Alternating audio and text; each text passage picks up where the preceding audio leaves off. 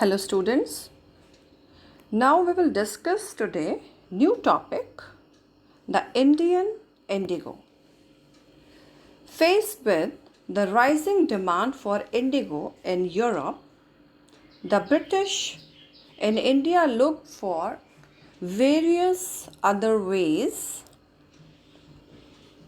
to expand the area under indigo cultivation. From the last decades of the 18th century, indigo cultivation in Bengal expanded rapidly and Bengal indigo came to dominate the world market. About 15 species of indigofera were found growing in the Bengal region. The best soils for growing indigo plants were found in Jessore and Krishnanagar and the Champaran district of Bihar. In eastern Bengal, indigo was widely cultivated during the early 19th century when the British planters made large investment in it. The district where it was widely cultivated were Nadia, Bogra, Rangapur and Dhaka. As the indigo trade grew, commercial agents and officials of the company began investing in indigo production.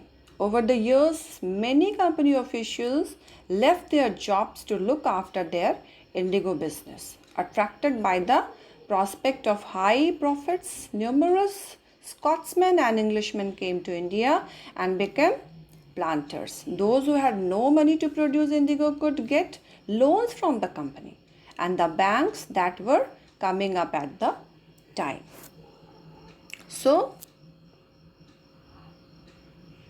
now we will see how indigo was cultivated.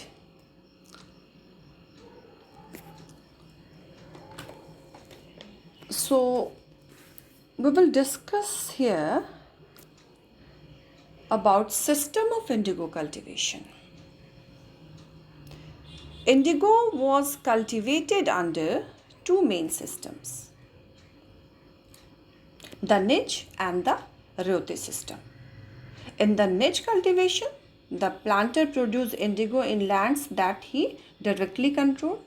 The land was either in the possession of the planter or it was rented from other zamindars.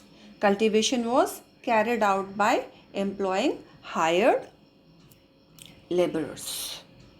Let us discuss next the problem with niche cultivation.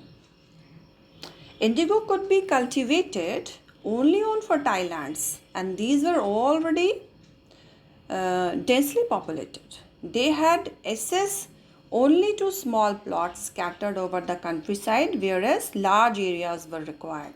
They attempted to lease in the land around the indigo factory and evict the peasants from the area. But this always led to conflicts and tension, and it was difficult to mobilize labor.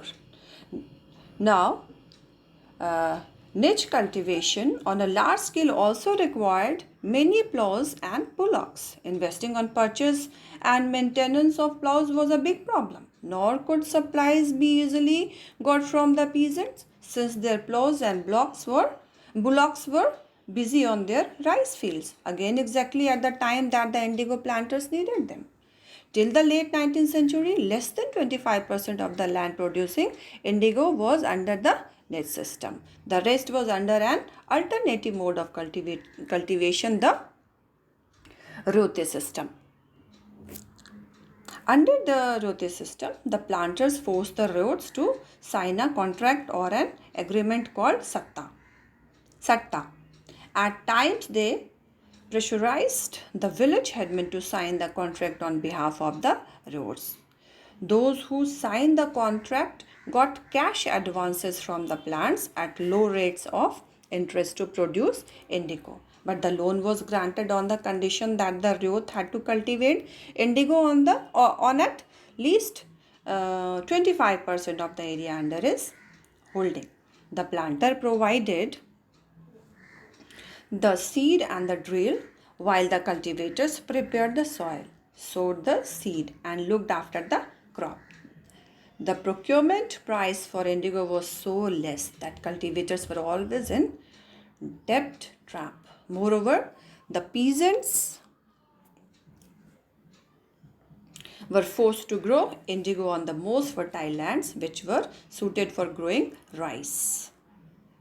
The peasants were reluctant to grow indigo for two reasons. First of all, it reduced the area for cultivating rice. Second, the land lost all fertility after the indigo was cultivated. So,